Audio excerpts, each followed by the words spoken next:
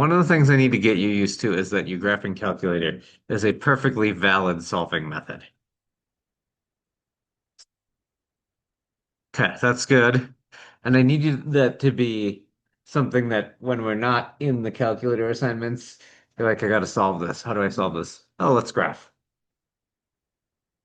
So that's one of the important things, being able to show it, whether it's an intersection between two functions like this, showing the 2 points, or setting them equal and setting them to zero. It doesn't matter how you do it, as long as it's a valid way and you show it with a graph and your points. Obviously, the cubic does not need to be exact. It just needs to be roughly that and have the points of intersection or solutions label.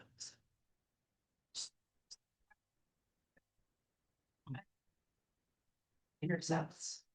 So yeah, you need to have a sketch of the graph.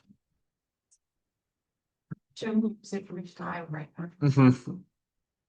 And you could call, I don't think I would probably call the purple or blue one f of x and the red one g of x because it's less writing. Since they're labeled here, that's what I would label them. I would label them with the shorter notation. It doesn't really matter. Um, Here they set them equal to each other, set them to zero, and then they showed the graph like this.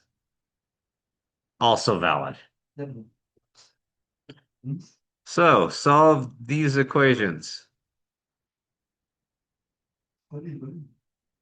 This one I'm just going to show that it's a quartic, so pretty much your option is graph. There's your two solutions. The graph needs to be there or you will not get any work points. This one, I'm going to do this as an intersection, I think.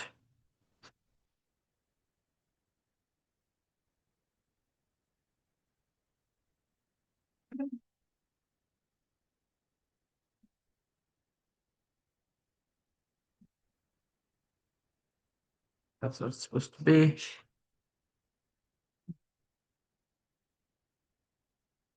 Minus 2x.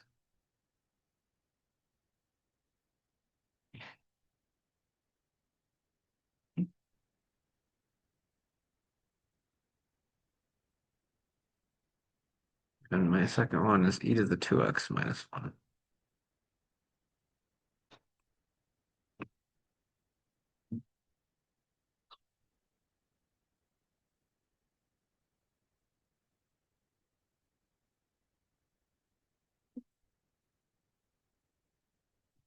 Um, okay, I see two clear intersections. Do you think there's a third one way up here?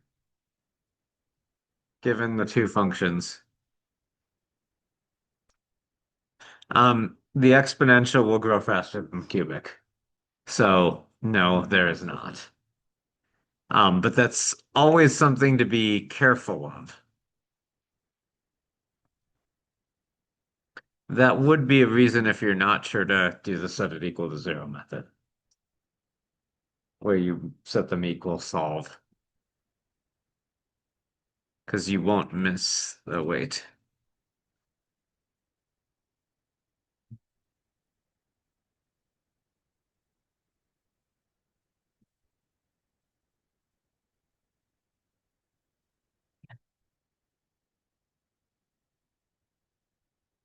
Find my intersections.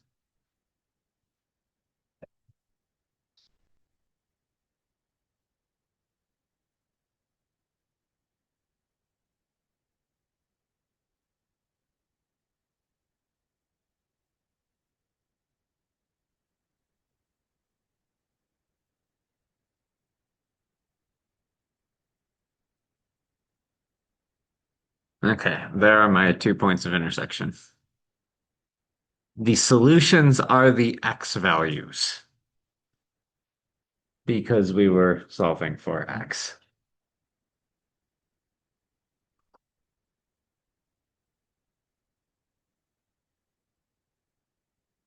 Okay, systems of equations. You know how to solve systems of equations in general. So this international mindedness box, kind of interesting. Professional mountain hikers and climbers need to carefully plan the routes they are going to take, especially when the slope of the mountain is challenging.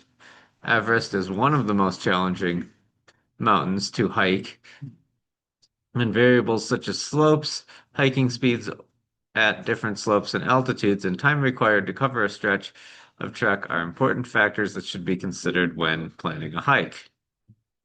Okay. As a general rule, when solving a system of equations, you need as many equations as you have unknowns. If I have three unknowns, I must have three equations. Okay, so looking at this example, when navigating in wild terrain, the time taken to cover a kilometer can be modeled using a linear equation that depends on the number of meters of ascent.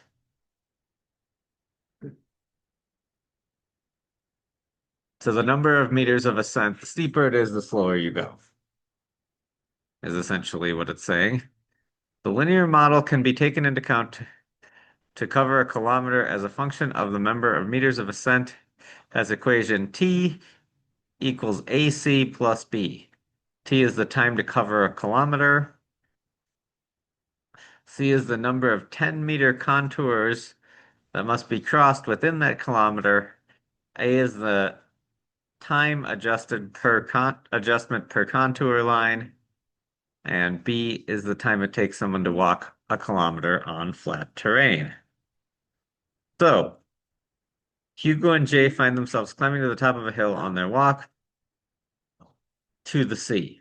Over 1 kilometer, they climb 8 contour lines, 80 meters of ascent. It took them 24 minutes. This can be written as 24. So contour lines on a topo map. You know what a topo map is, right? So that's contour lines. This particular, each circle. So every time you cross a circle, you've gone from, this is be essentially 0 to 10, 10 to 20. That line is at 20. So every time you cross a line is what they're going with. So we get this 24 equals 8A plus B. They then realize there's another hill to walk up before, and it takes them 30 minutes to top. They cross 12 contour lines. Right? This information as it relates to A and B. So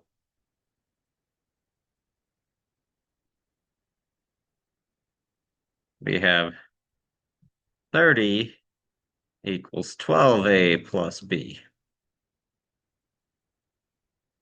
That's A.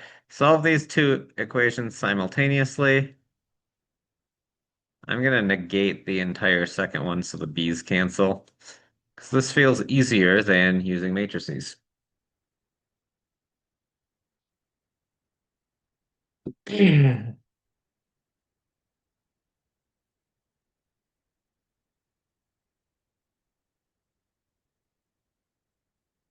then I'll use the equation.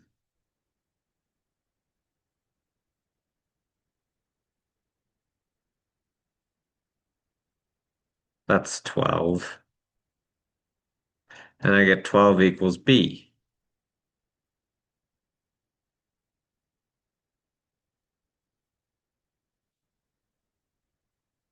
Hugo and Jay plan another walk. This time they notice over 1 kilometer there are 5 contour lines. It says suggest a linear model that describes the motion and calculate how long it will take them to walk this kilometer according to the model.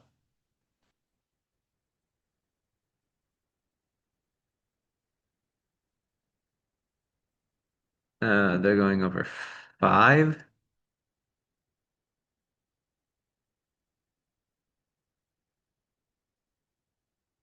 So, according to this model,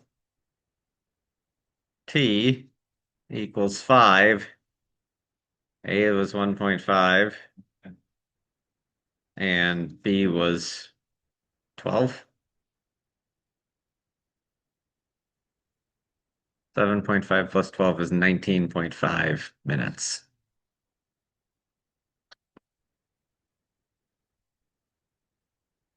If you're dealing with three, I always solve by matrices. Okay, if we've gone over that with our matrices unit, so I will just leave this for that for this. Linear models.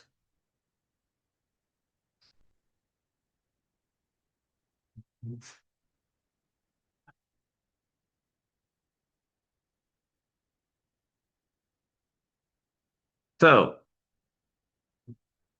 we have this. In answering the following questions, give all the values rounded to four significant integers. Make a scatter plot of the data and decide whether a linear model is appropriate.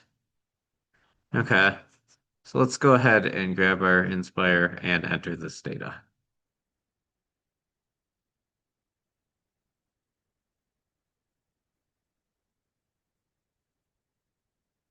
I guess I'll leave it up there for a bit.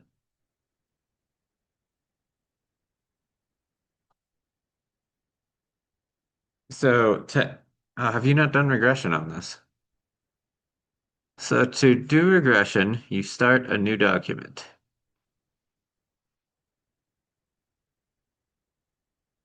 And you add a listing spreadsheet. So to do a new document, I do the on button, and then I went to new. I'm just going to go back to the one that I have as current. Wait, want to say maybe four. Usually I do not.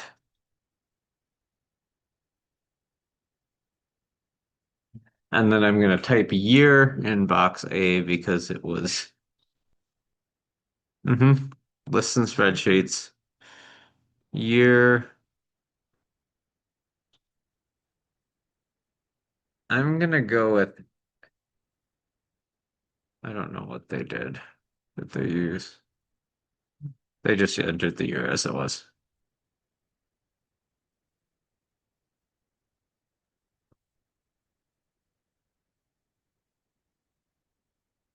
So 1980.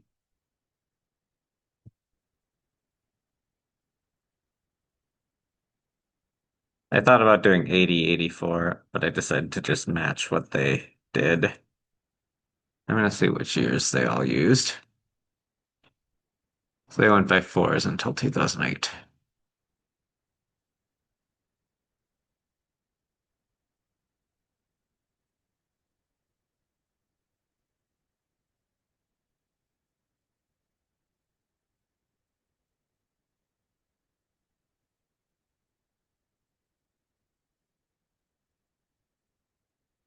And then the second column, they had CO2.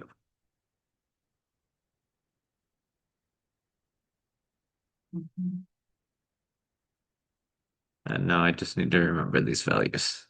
337.5, 343.7.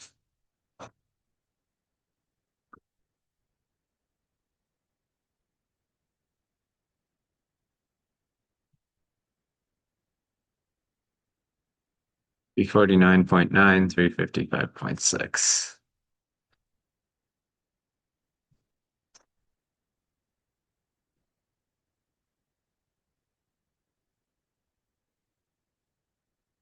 Three 61.4, 370.7.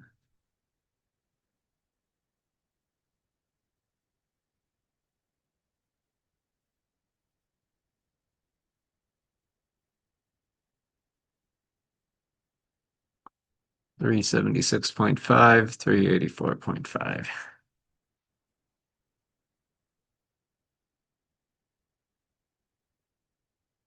Okay, so now that I've got my data entered, I need to add a new page. And I can do that with Control Doc, which is plus page. I'm going to add a data and statistics page, which is a data and statistics graph. Um, I'm going to come down to the X, add variable year, add variable CO2. And that does look pretty linear. That's pretty nice, isn't it? What's the next question it asks me for? So I looked at it, make a scatter plot, it looks linear. Find the linear model using the first and last data points. Okay, so that wants me to basically do this by hand. So I need to find the slope.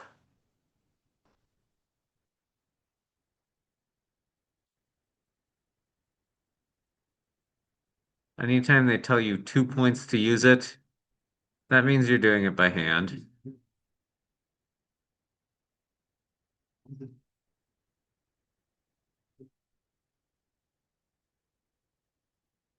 284 minus 337.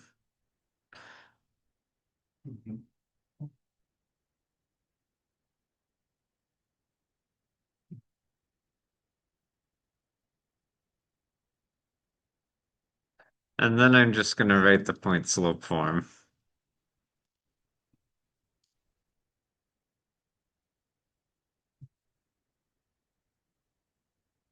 And I just picked one of those points.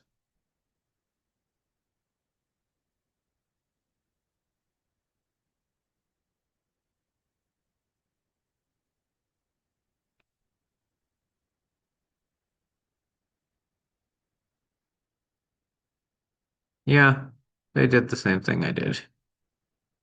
Wait. Oh, I guess I didn't use the whole chart. It's okay. Um, we get the idea though. We'll go back and add those two to our calculator. And I will show you the trick that you need to.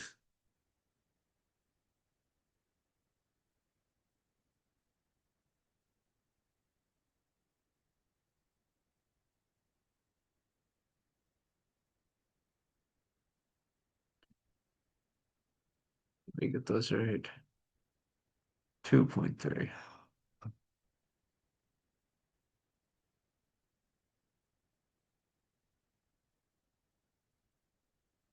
So it only graphed the points you had until if you click here and you click it again, it'll add your new points. So use the graphing calculator.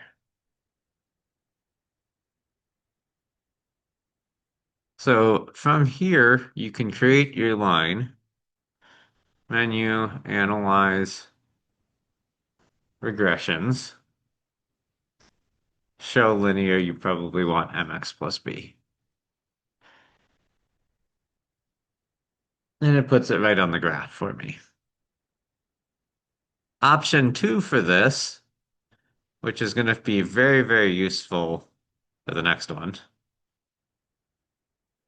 is menu, statistics, stat calculations. So I'm in a calculator window. I added a calculator, statistics, stat calculations.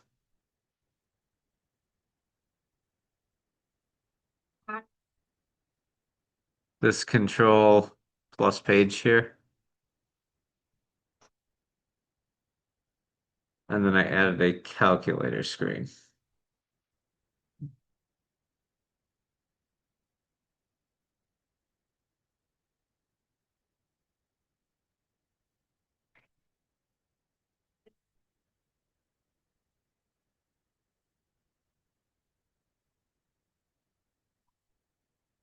So I just want calculator. It's number one, yeah. And then from there, I can do menu statistics, stat calculations, linear regressions.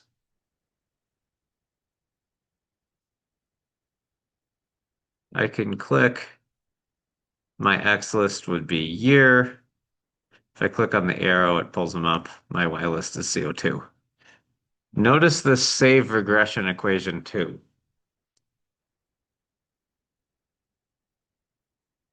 F1. Okay?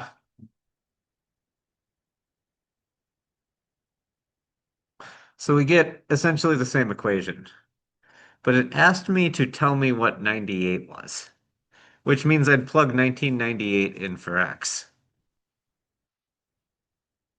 But I can just use function notation because it's started in F1 now. There it is. If I add a graph, if I need to see it on a regular graph for whatever reason, and I add a graph, F1 is now there. If I hit enter, it'll show up. This one happens to not be in the standard window. But that becomes a very useful tool if you need to find graph characteristics of your regression model. You don't have to round off or type it out. You can just simply put them in.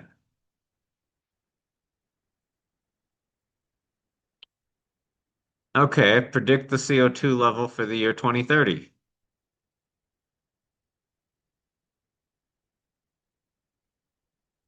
The best way I can predict is to plug it into my equation.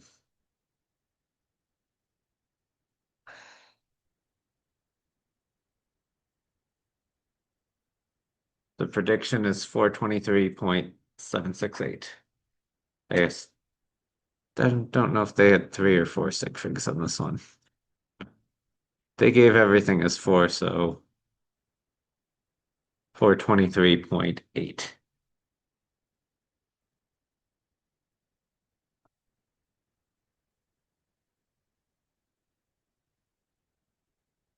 It's on Mars's function not defined. This function is not defined. Did you have F1?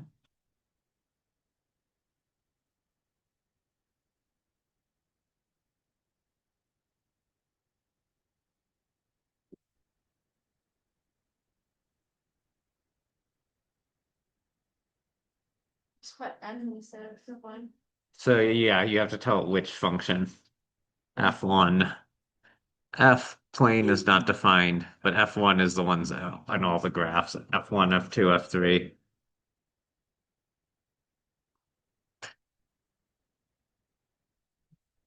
So let's take a look at this one. Let's see if you can put this into your calculator and do a linear regression.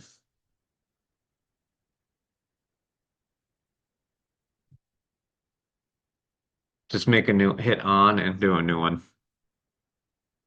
So every time I make one, I do a new document.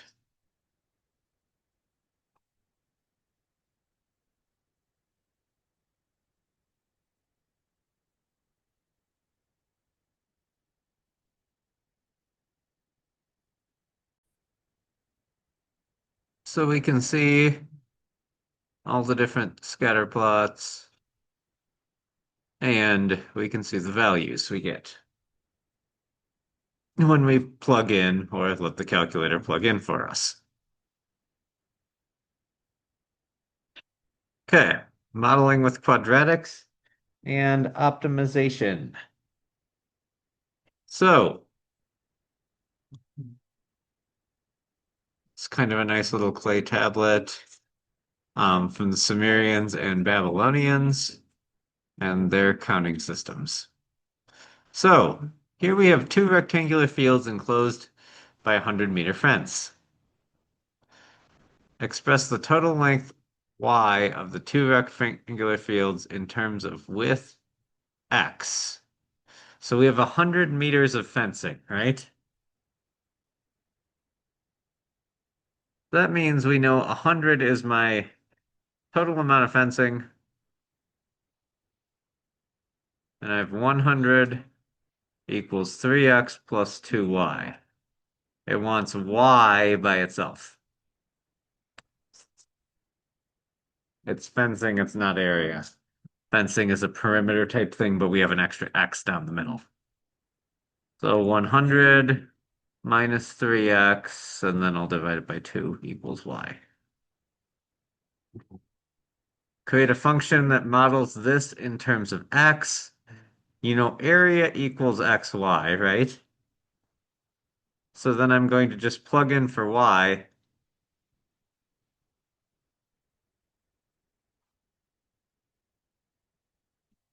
Determine the value of x with the maximum, and then find the maximum area of the two fields. This is a quadratic. You could do that by multiplying stuff out and finding the vertex by hand. But since a calculator is allowed, I would choose that one. Or you can actually use the derivative, like Coleman and Noah have to do right now, because they don't get to graph it. Oh, well, They are not allowed to solve by graphing on theirs. So I have x times, I suppose I could have multiplied this out. I just don't see the reason when it's so easy to enter it as is on the calculator. This is clearly not even close to tall enough. It's an area of a couple of soccer fields, or maybe smaller fields, I don't know. But it's not coming back down before 10, so let's go to 20.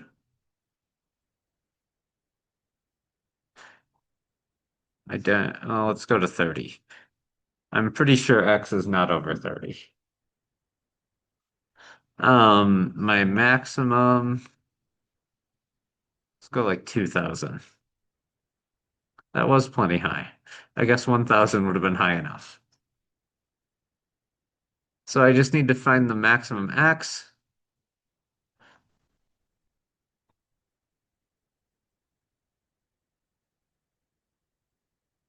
X should be 16.67.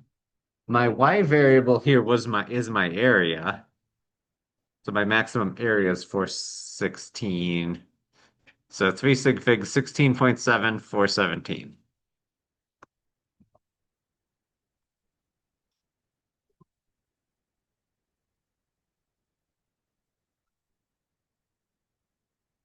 Well, they didn't round off. He left them as fractions. Okay, whatever. They decided to do it by hand. Okay, use the quadratic function to find the width of x that will give the maximum area to the playground. I suppose you could use negative b over 2a, but this seems horrifying to try to do that. So, again, I'm going to use the graphing calculator.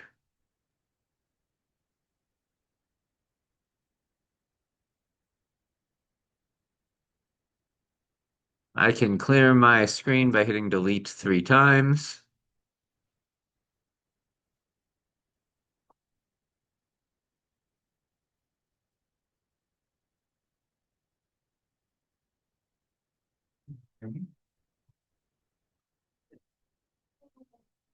it's like,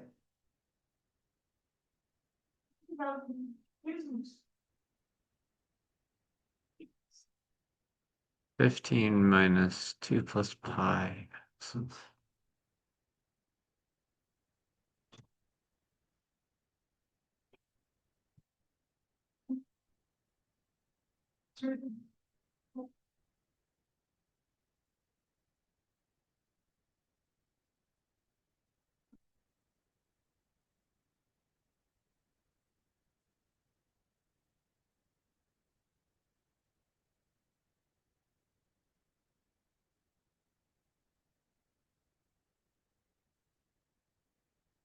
no, it doesn't like that I implied the multiply here.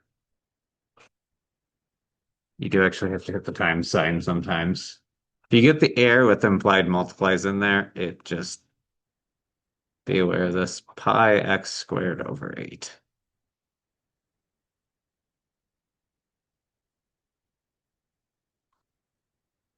No.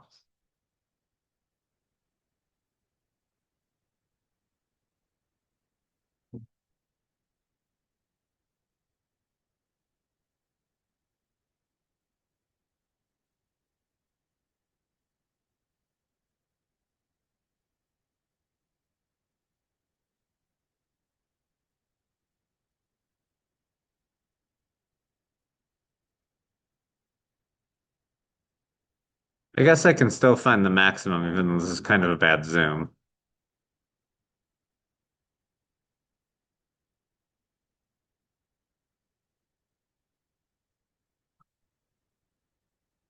Just get that out of the way.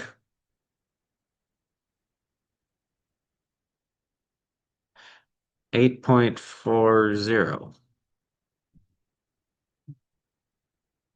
Okay, did I answer my question? Find the width of X that will give the maximum area. 8.40. It doesn't actually and give the maximum area. The maximum area is 63.0 square meters.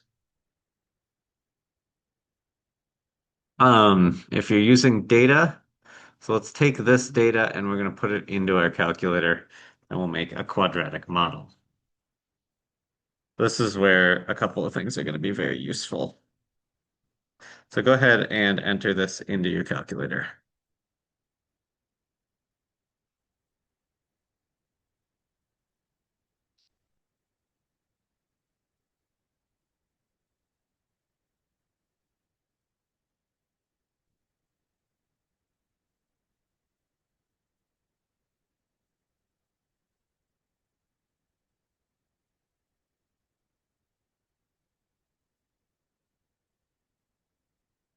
And let me know when you have the data entered.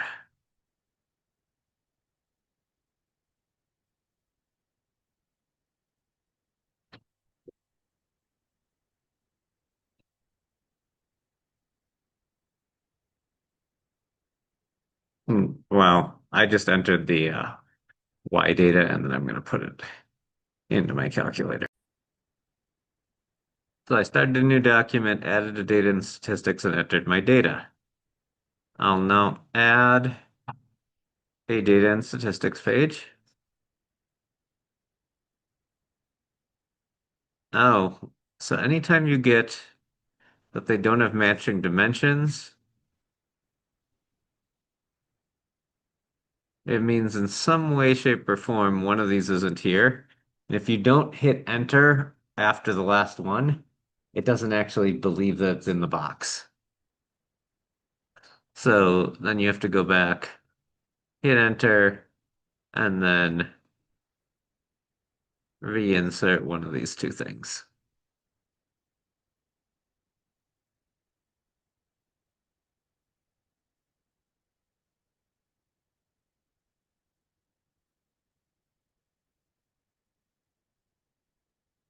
So this does look quadratic. So I will do menu, analyze, regressions, show quadratic, not quartic. And I get this. Wow. Yes, that actually fits quite well. Use the model to estimate the time which the ball hits the ground. This is where I need to find 0. So this is where I kind of want it on a regular graph. So I'm going to add my calculator screen and do the regression in the calculator screen.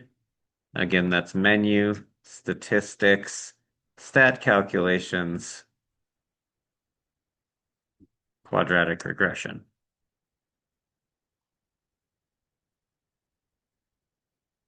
Time on the Y, height on the X.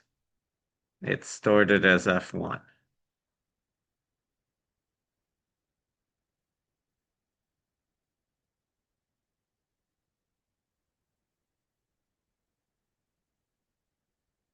And then I will add a page, a calculator. We can go to F1 and hit enter. I can kind of see it. I have a graph page, sorry. That's a graph page.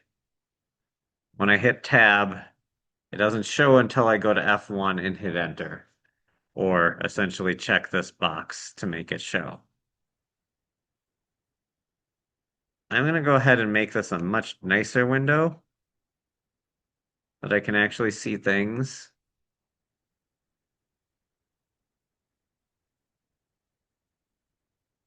I kind of want to see a lot of this graph just for the heck of it. I guess my time does, I don't really need to show negative time. I'll do 0. I want to see a little bit below the x-axis, so it goes 15. And I'm going to go negative 100 too. Since it seemed to max out around 450, I'm going 500 at the top. And it asked me to find when it hits the ground. The ground is essentially the x-axis. So I'll do menu, analyze graph 0. What?